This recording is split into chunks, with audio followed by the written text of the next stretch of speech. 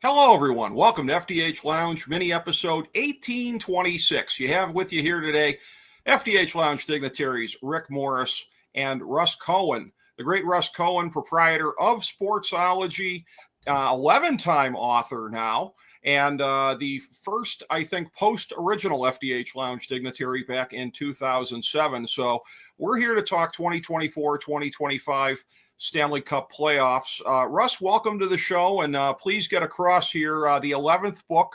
Let the people know about it. Yeah, it's called Game Winners. It's the greatest game-winning goals in NHL and Olympic history. And so there's a lot of good stuff in there. I believe the Red Wings are in there for something I probably didn't like in 1950. Okay. And a few other things. And so, yeah, there's plenty of action in there, a lot of different teams. I will point out that just like my book, in 1826, The Last of the Mohicans was published. Okay. So there you go. Just because you said this is show 1826. Yeah. Everything ties in here. It ties in perfectly. When I did mini episode 1812 with Ben Chu, I noted that while he is half Canadian, we were not on here to relitigate that war of 1812. Good. It was about. We don't want to talk about Canada burning down the White House, right? So we're going to no, too soon, Russ, too soon. You know? Yeah, so I agree. Although I will say that just to kind of tease this looking ahead here, my pick for the Eastern Conference Finals does evoke nostalgia. I would say pre-pandemic, as in will Vice President Mike Pence be doing the puck drop at Game 1 here? It's a little bit of a nostalgic pick, which I did not expect to be going back in time for my Eastern Conference Final pick, but we'll get to that in a little bit. I don't want to go back in time. Maybe I do. Maybe I do. Maybe you do. Maybe you don't. People are having varied thoughts these days, but that's true. I will say at the outset here, some of what we're going to be going off of here, as far as taking a look at the basis of some of my predictions, anyways, is you can find it on the main page at fantasydrafthelp.com. It is the 2024-2025 FDH NHL end of regular season breakdown, and here you can see it in all of its glory here, available on there. So a number of different statistical categories on there.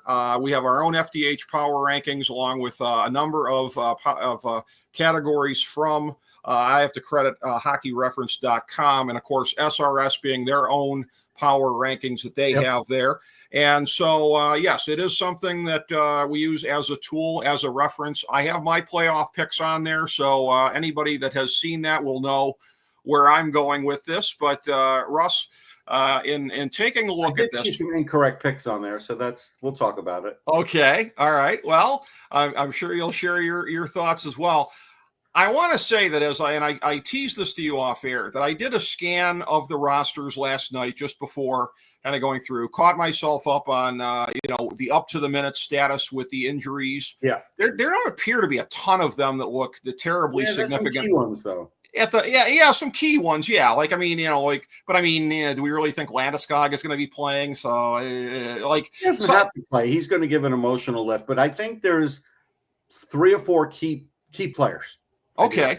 All right. Well, and one of the biggest ones was already ruled out quite some time ago, Jack Hughes, which really affects. I don't even count that anymore. Like that's honor baked in the cake. Yeah. But in looking at this, it just kind of struck me that I really wasn't seeing too many teams where they seemed, because last year it seemed like there were at least 3 or 4 teams where I was really kind of wowed by how deep they seemed offensively.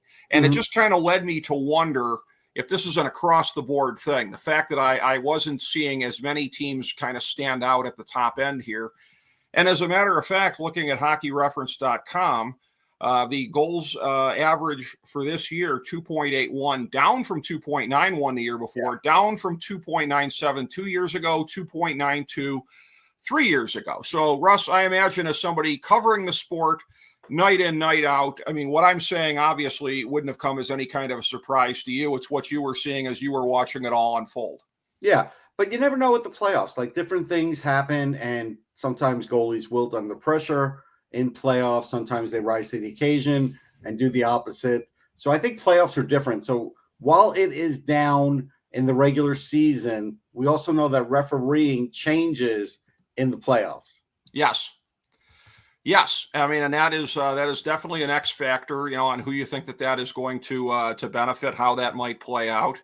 But in looking at the playoffs here, just kind of going division by division here, in looking at the old Atlantic division, that is one where you've got quite a series there in the first round. This is something that we used to get back in the day a lot more. I would say more so in the 2000s. Toronto and Ottawa.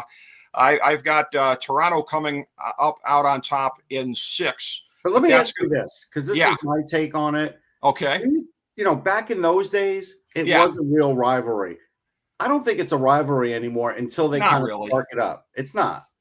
It's more nostalgic for that, I would say. Yeah, yes, it's more like Ontario because they're in Ontario, but it's not really a rivalry right now. Yeah, it's kind of like, remember when this was a big deal? I kind of agree with you. It's not there yet. I will say, in looking at this, because there are a number of teams where, again, I kind of scratched my head on this. We had a dynamic, I think, even beyond what we anticipated at the beginning of the season as far as teams falling back. Philadelphia, I don't know that we necessarily knew what to expect either way, but they just, I didn't think they were making the playoffs, so that's fine. Yeah, there's that, but then Boston, Rangers, Boston, shockingly.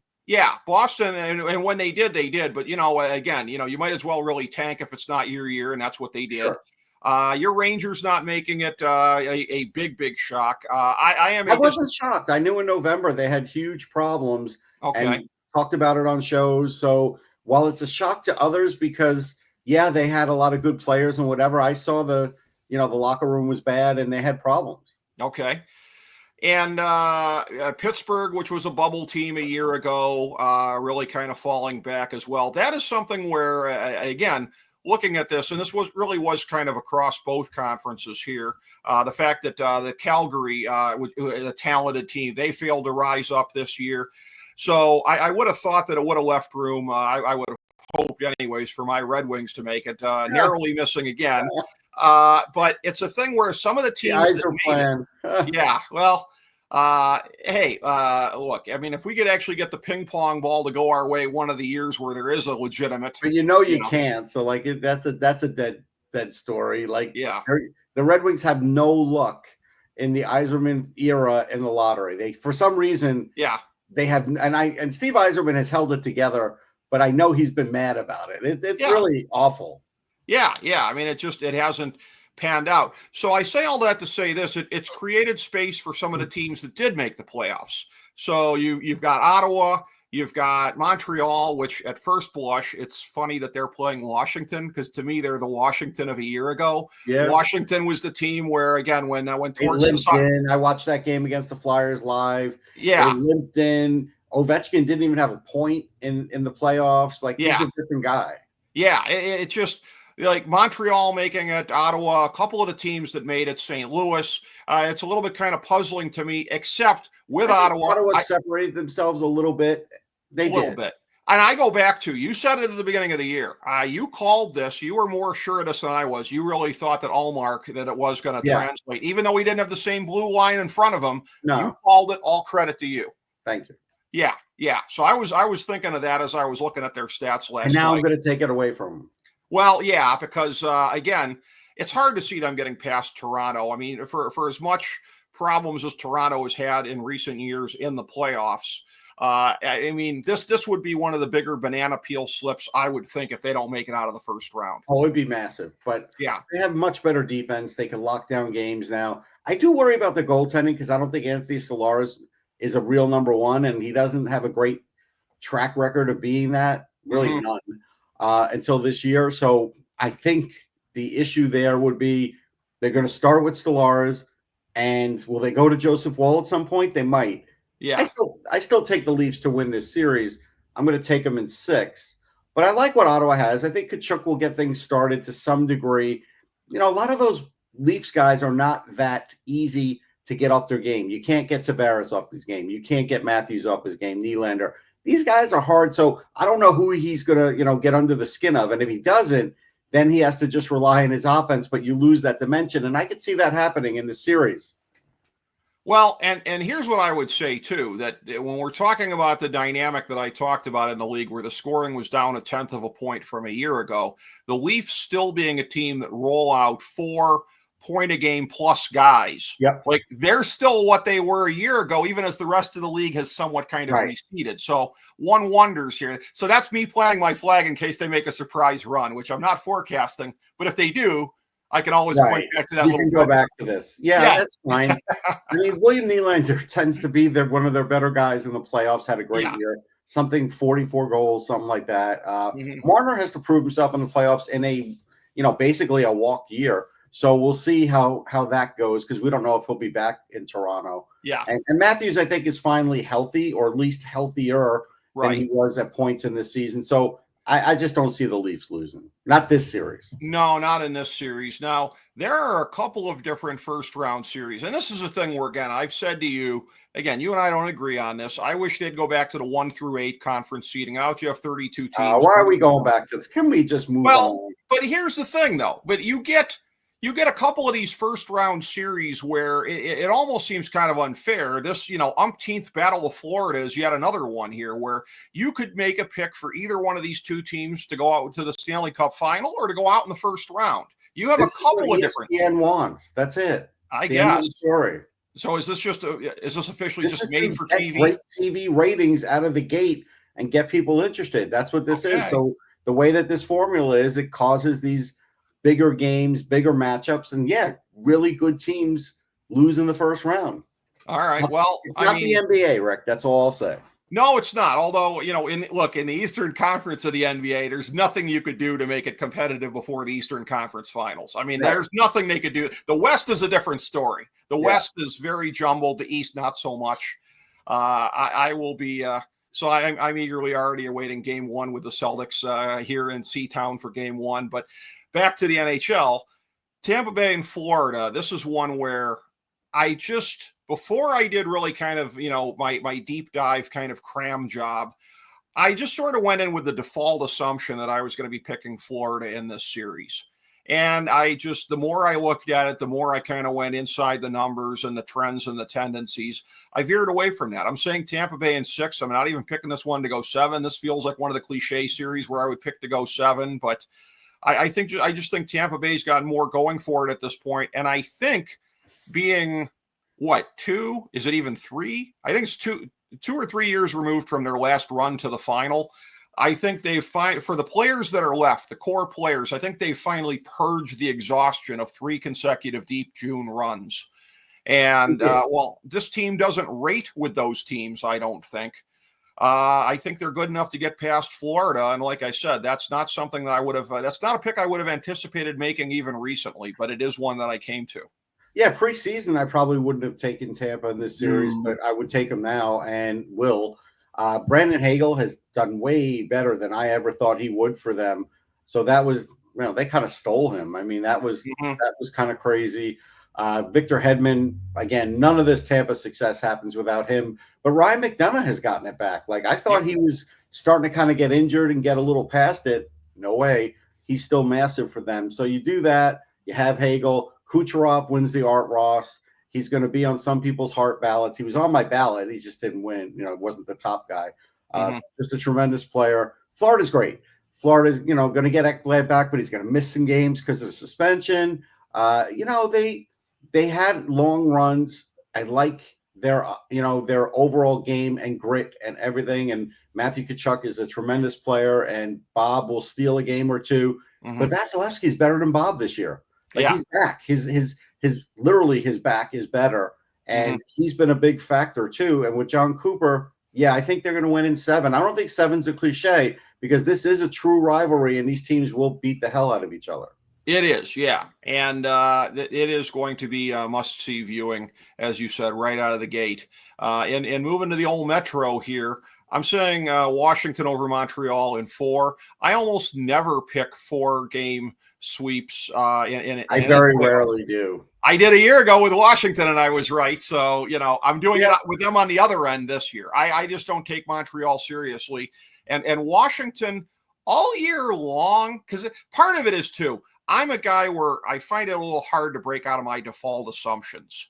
And the fact that I really didn't see them coming this year, it's made me slow to kind of catch on here at this point. But I mean, they clearly got enough to get past Montreal without breaking a sweat.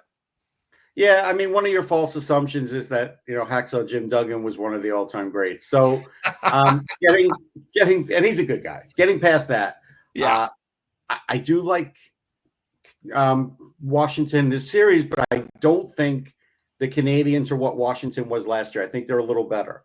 Okay. I think the Capitals have a little edge in net, but this is a problem because Alexei Protas hasn't even gotten back on the ice yet. Hasn't played since April 2nd. I just wrote about this for the Hockey News. And so that's a problem for Washington. He had 30 goals, 36 assists. So that's an issue. And also Logan Thompson hasn't played since April 4th, and he just got back out on the ice. I don't believe he's even facing live shots yet, and he's got to be better by Monday. I think he might be, but he hasn't played, Rick, and that's never a good thing. So I think Canadians can win one of those two games in Washington and make it a series. And I'm going to pick Washington in 5. But if Logan Thompson were to not play like the first 2 games, that's a big deal because Charlie Lindgren's good, but he's not as good as Thompson, not even close. Right. Oh, I would agree. Yeah. And on the Canadian side, Nick Suzuki has had a tremendous season, the captain. I mean, I think he gets underrated. I looked up a stat. He has been on the ice for 80 goals for this season. Wow. It's a lot of goals. So that's a big number. Cole Caulfield is tremendous. They have one of the most scary power plays in the league. Patrick Laine is now a power play specialist, and he's on a heater on the power play, like I've never seen before. So you add all that up, they should be able to steal a game. They might even steal 2. Okay. But I'll take them for 1 right now. Okay. All right. Well, there's a clip and save. So we both agree on that. So we've agreed on all of these thus far. This next one, maybe the one where we go different ways, just because it does seem like such a coin flip. And again, New Jersey without Jack Hughes, Carolina without Mikko after they ended up flipping him at the without deadline. Nietzsche and Mikko in the end, which is tough for them. Yeah, so I mean, neither team is necessarily. So this is a pick a series that I might have forecasted at the beginning of the year, but I would just say like neither team is necessarily coming in with as much steam as I might have thought. I'm going with New Jersey in 7. It feels like a coin flip.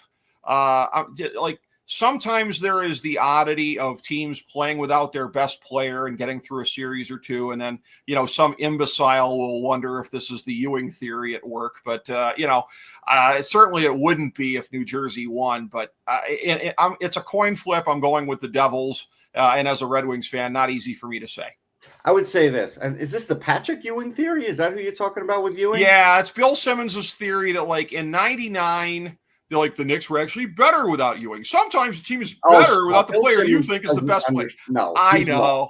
He's completely wrong. That's when I was a big Knicks fan. He is completely – that's a Celtics fan telling Knicks fans what they should believe. Well, and he's saying it happens surprisingly often. Sometimes the player you think is the best player. No, it didn't happen surprisingly often. They went as Patrick went, or as many times as John Starks missed. Right. I'll say that. I've just polluted your mind by telling you a piece of imbecilic trivia that you didn't. Yeah, that was ridiculous. I'm sorry. But anyhow, getting back to this, New Jersey is without Hughes, but they've been without him for a long time. Nico Hischier has really stepped up. I mean, I've watched Nico Hischier since he was with the Swiss team in the World Juniors and pretty much doing it by himself. He's not doing it by himself here, but him against Sebastian Aho is a hell of a matchup of centers. He's going to win it as far as faceoffs. Will he win it in points? Everybody would say no. I don't know about that. I think this might be the year he steps up. I think Jesper Bratt, if I told you he had, 88, 89 points, you'd probably have to look at it. A lot of guys have stepped up in Jack Hughes' absence. Dougie Hamilton is back. He wasn't supposed to be back, but he's back. That's massive. That helps Luke Hughes because now Luke Hughes doesn't have to be the guy, few less turnovers. So Markstrom is a heck of a goalie, as you know. I think Markstrom has been a real good fit for them. I think Sheldon Keefe has been a real good fit for them. So I think Rod Brind'Amour, to be honest, is kind of like stuck in the mud here. I think he's going to go with Freddie Anderson, and I don't like Freddie. I think Kochetkov actually is more dynamic, but I don't know what year it'll take Brind'Amour to actually use them as their number 1. So probably not this year in the playoffs. And, you got Aho, you got Svechnikov, but they're missing a lot of offensive push. You got a few other guys too, But in the end, and defense is terrific. It's not what it used to be, but I love Brent Burns. He doesn't age. This guy can play like, no, he can still skate like the wind. But I think New Jersey will win in 7. I do think the pace of the game will eventually wear out Carolina a little bit. And I do think Carolina will just get frustrated from not scoring enough. And I think New Jersey will score just enough. Okay. Interesting. Yeah. Does that make sense? Yeah, it does. You make very good points there, and I agree with all of them. I think in going to the Central Division here, Western Conference, for as much as I tend to be the old Obama term here, the bitter clinger with my opinions. I was a bitter clinger on Winnipeg until eventually I wasn't. But again, surprising even me this year. So this is a thing where, again, unsurprisingly, I'm picking them to come through the first round, albeit the President's winners here, so that they should be expected to come through. I've actually got St. Louis taking them to 6 because it just kind of strikes me that again legendary battle of the goalies here, reprising Four Nations. This could be the best goalie matchup. I mean, Binnington was great in the Four Nations. Yeah. I've always been a Binnington believer. Hellebuck is just tremendous. Like he's on my heart ballot. I don't want to say where he ended up on it, but he's on it because his GSAA even went beyond last year. It was something like 41. Right. If you look on Hockey Reference, which is insane. I'm not sure I've seen a goalie higher. So the amount of games that he's played, the way he's played, I know people will say that he's not the greatest playoff goalie. I think that'll change this year. Kyle Connor has been tremendous. I just think the way they play, they're a well-oiled machine. I think St. Louis was riding emotion. I think Binnington did a lot for him. Robert Thomas is a guy who I really think is terrific. So is Kyrou. Braden Shen, still really good player. Their defense is good. Parayko had a hell of a year. I just think they're going to come up short. I still think this one could be tough. You might be right. St. Louis might win 2. I'm going to still say Winnipeg in 5, but it could go 6. I will say also, too, one of the reasons I didn't see Winnipeg coming, just like a lot of people didn't, because quite frankly, nobody had the Jets winning the Presidents at the beginning of the year. Let's just be perfectly honest here. I had them going to the – what I said at the beginning of the year on Sirius was I think I could see the Jets or the Avalanche going to the Western Conference Finals. I felt like one of those teams was going to make it, and I still feel like one of them is going to make it.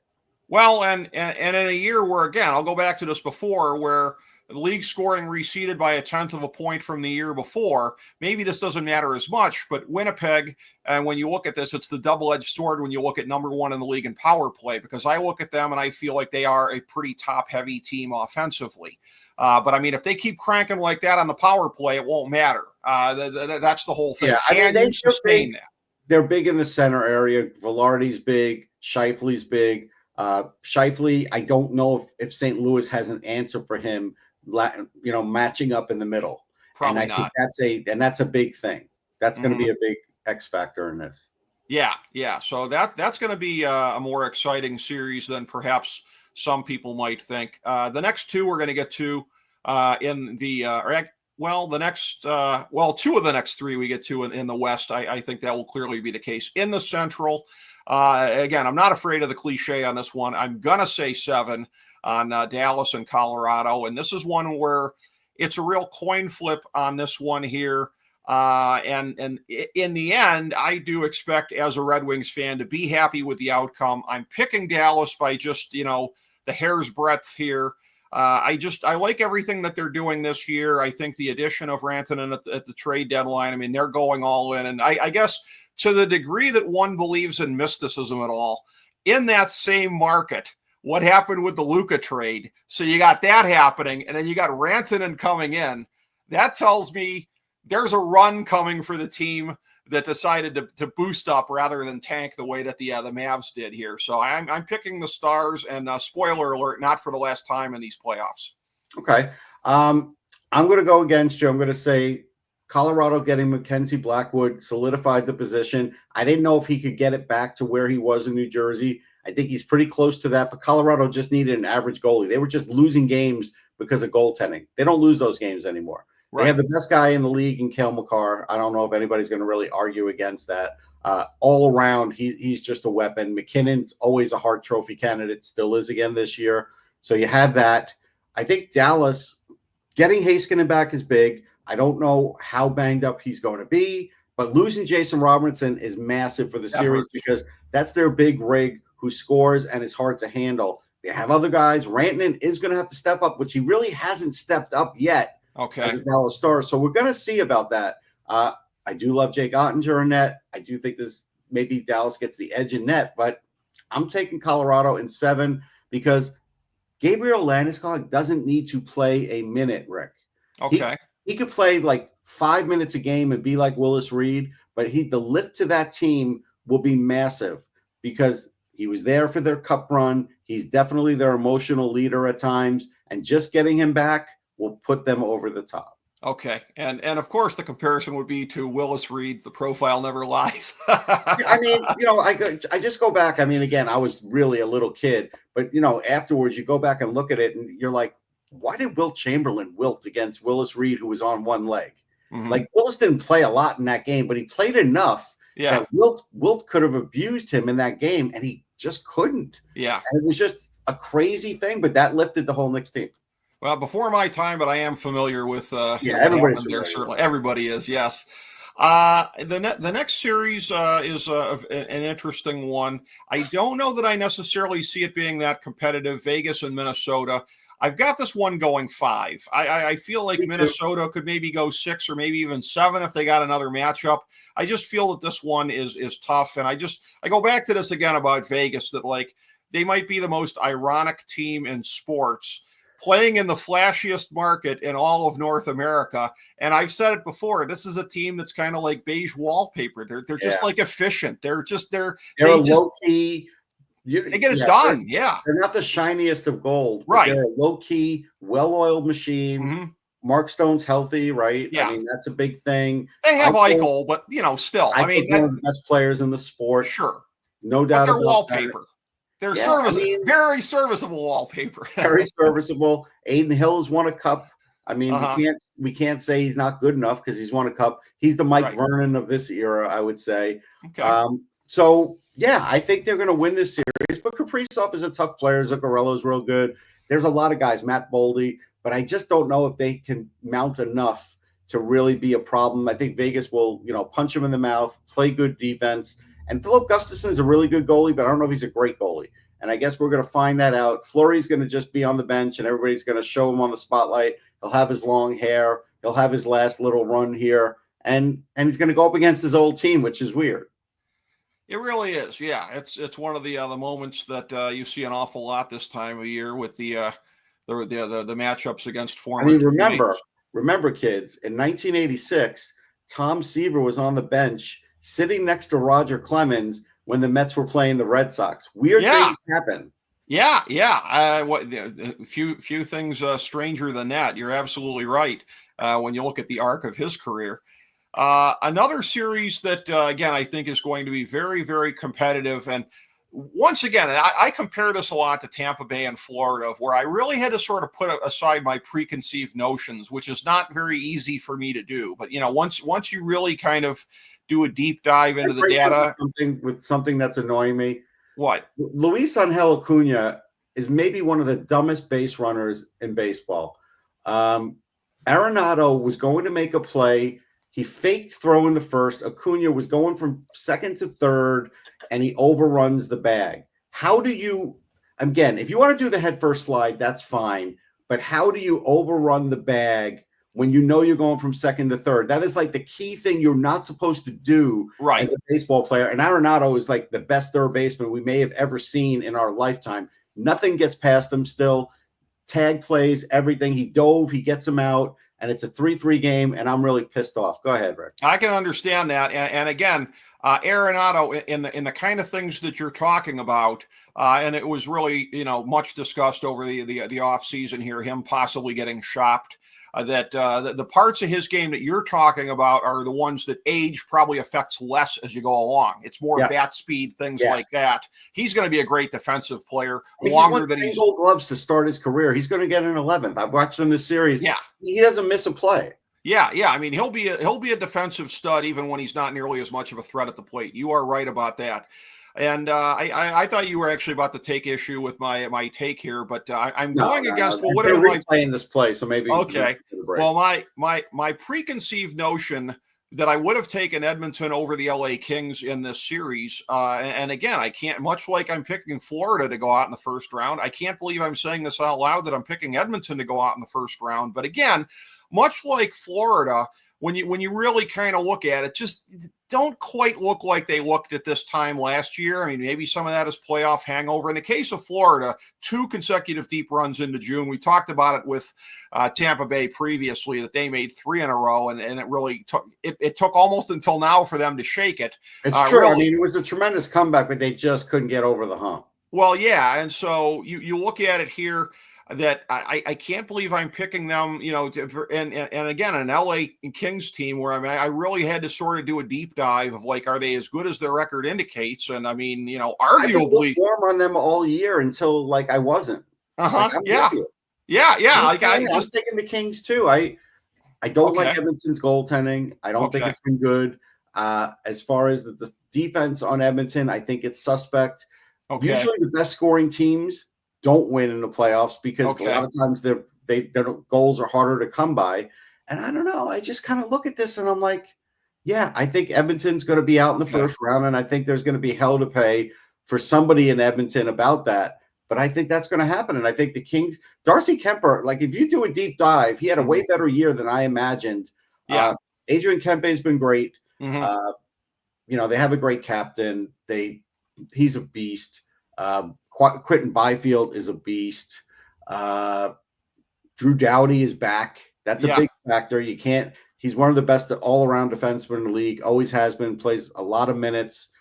You start putting those things together. I like Kevin Fiala as a player. Like, they're going to do this. Yeah. In 7. Yeah. Well, and you look at the kind of year the Kopitar had at age 37. That's what I'm saying. He's a beast, man.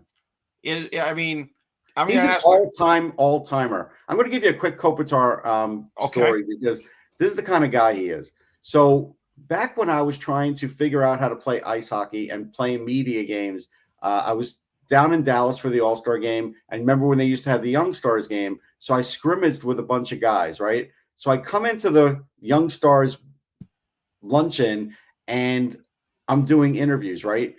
But at first, we're all standing up at the table, and Kopitar is the first guy I'm going to interview. And I said, Anze, do you mind if we sit? Because I just played hockey, and my legs are killing me. He goes, no, that's fine. And I got like street cred with him, and it was a great interview, and he's still a great guy and just a tremendous player. Well, all right, so you're not going to take any issue then. I didn't know if you might or not. I mean, I'm looking at him at the base of his career, and when you factor the cups in, which you have to, I mean, slam dunk first ballot Hall of Famer, yes? Absolutely. Okay. I didn't. One of the best of his generation. Yeah, I think you have to say that. And then the other thing is, I appreciate you not making me feel dumb about the Kings, because you could very easily have been like, well, I've seen the Kings coming for a while, Rick, and here's what you missed. I didn't. I appreciate you not doing that. No, I'm not doing that. All right. Well, much appreciated. So, all right, well, that's our picks through the first round. Going to the conference semis, I've got Tampa Bay over Toronto in 6. I'm not. I'm enough of a believer in Toronto that they're not going to have the all-time. I didn't know we were going to carry this out for Ottawa. Well, I'm just going to tell you who I got. I wasn't going to carry this out. That's fine. That's fine. I mean, give me your thoughts as we're going along here. And I'm going to say Washington over New Jersey in 7. I think that's one where New Jersey is going to stay game, and I think that they are going to really hang with. I'm going to tell you what. Oddly enough, if that series happens, if Jonas Siegenthaler comes back, with Washington, it would be a key thing for New Jersey. So he's skating now. If he comes back and New Jersey advances and Siegenthaler's playing for them, that could really help him. So I think if they get him back, New Jersey might win that series. Interesting. Okay, yeah, because I've got them taking it to 7, and then like I said before, the old pre-COVID nostalgia here of like I would not have believed at the beginning of the year I would have been picking Tampa Bay, Washington as my Eastern Conference final. But I mean, I'm looking at this here. And just based on the matchups and everything, I think it could happen. I think Tampa getting there very much could happen. Yeah, and but Washington. Now you're upsetting Leaf fans again by basically saying they're not good enough to get there again. Well, I think it is fair to say, I mean, sort of, guilty until proven innocent, because Tampa Bay, I mean, if you look at it at the very least in terms of Cup final appearances here, 3 in a row, 2 times lifting the Cup.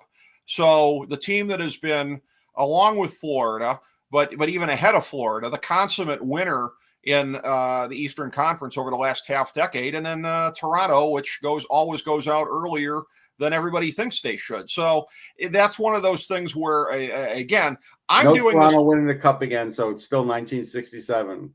That's what Rick is saying.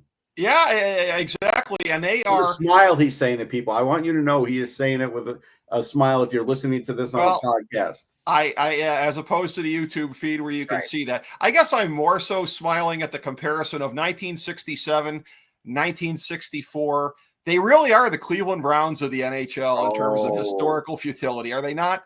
I mean, it's pretty close. They won a lot before 67, just like the Browns won 8 world championships before 64. I mean, the parallel holds up. Now, granted, the Browns have been exponentially worse over the last quarter century. Maybe the worst franchise in sports. Recently, very embarrassing, yes. Very embarrassing, yes. And they continue to be a skid mark on the NFL. So that it might sound like more of an insult to Toronto than I intend it to be, but in terms of great until the 60s, for the Browns, I think that's an insult. But I just mean, but again, they're good now. They're really good compared to the Browns now, though. Sure, but like not to be hipster historian here, but I'm just talking about it's the same arc of history, dominant until the 60s, and then nothing since then. A big goose egg. That's what they have in common.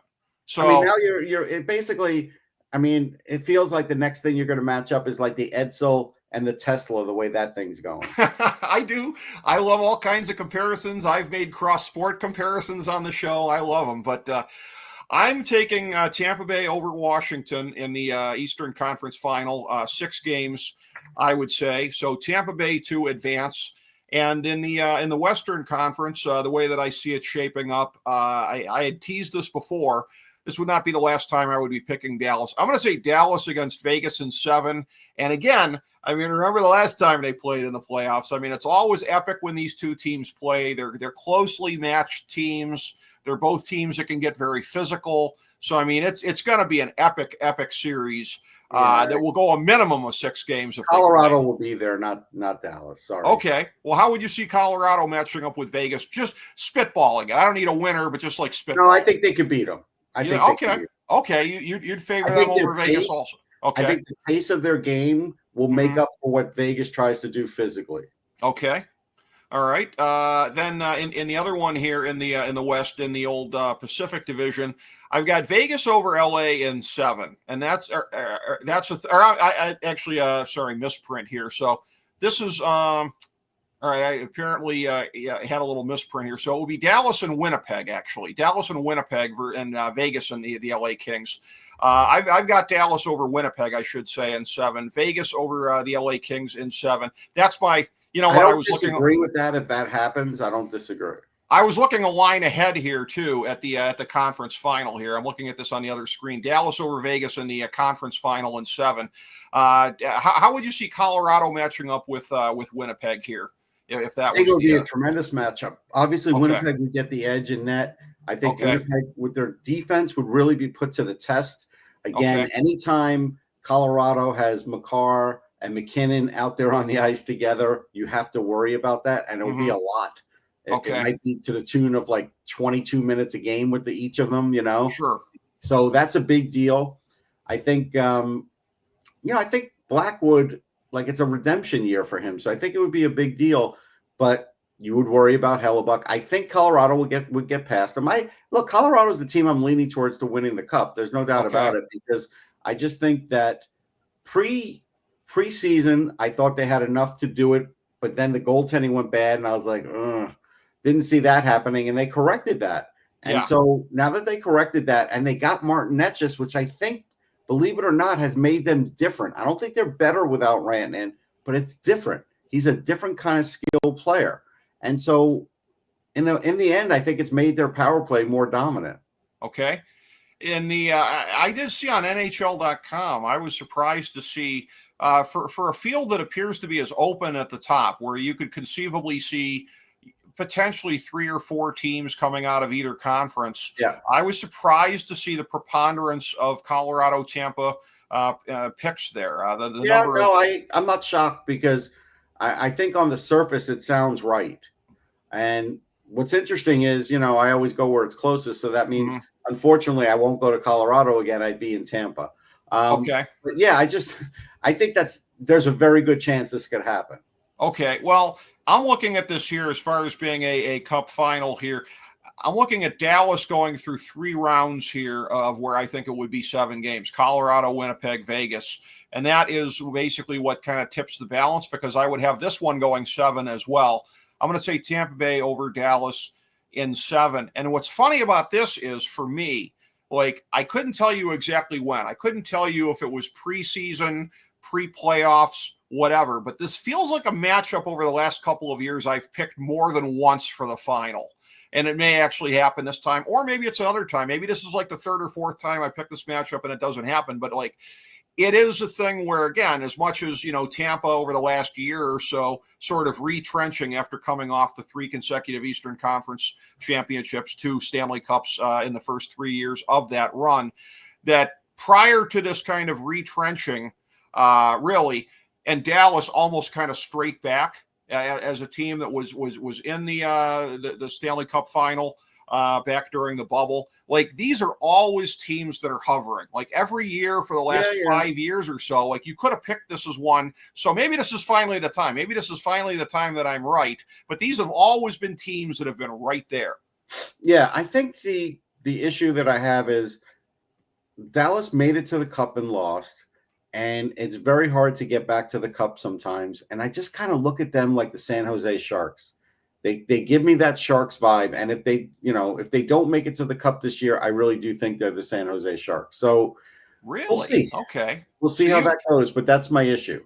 That's interesting, because I don't look at that team and see a bridesmaid. I suppose I may look at it differently if they come up short in the playoffs, especially if they don't make it out of the first round. I really might start to see it a little bit more so your way on that one. But this is the kind of perspective you get in the FDH Lounge. I don't think there's necessarily a ton of people that would look at the Dallas Stars the way that they've been comprised the last couple of years and see a bridesmaid kind of a team. That is very interesting. I can tell you that there was a time I used to look at Vince Vaughn differently, but that's changed.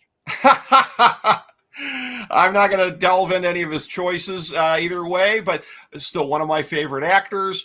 People that think that True Detective season 2 sucked don't know cinema. So, I'm a Vince Vaughn loyalist vis-a-vis the man's career. And, we could debate any of his other choices any other time here. Although a believer in Austrian economics, though, I am a respecter of the old Austrian economics thing from Vince I don't know about that.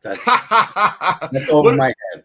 Ludwig von Mises. Google it, boys and girls. But so that's how we see things shaking out here in the course of the playoffs. And then again, I will ask you any thoughts that you have for the upcoming playoffs we didn't get to, Russ. No, I think it's going to be a really good playoffs. I think that there's a chance that there's 3 or 4 different teams that could win.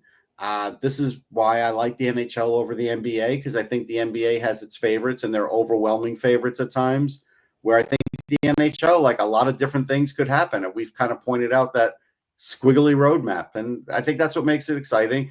I don't mind these great first round matchups, but I understand why people get mad when good teams lose. I understand it. Yeah.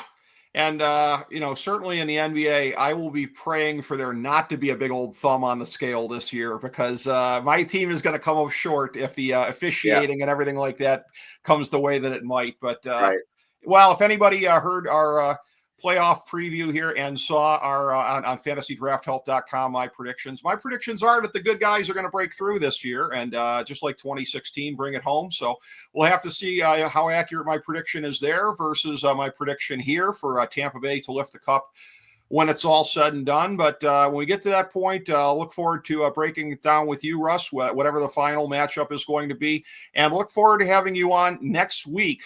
Coming on here to be part of our... I can wait. It's cavalcade of thousands, baby. Coming on here. I'm going to be torn that night. Yeah, well, you're going to get to come on and to be able to vent your feelings about what the Jets did. I've done that many times. You'll be well.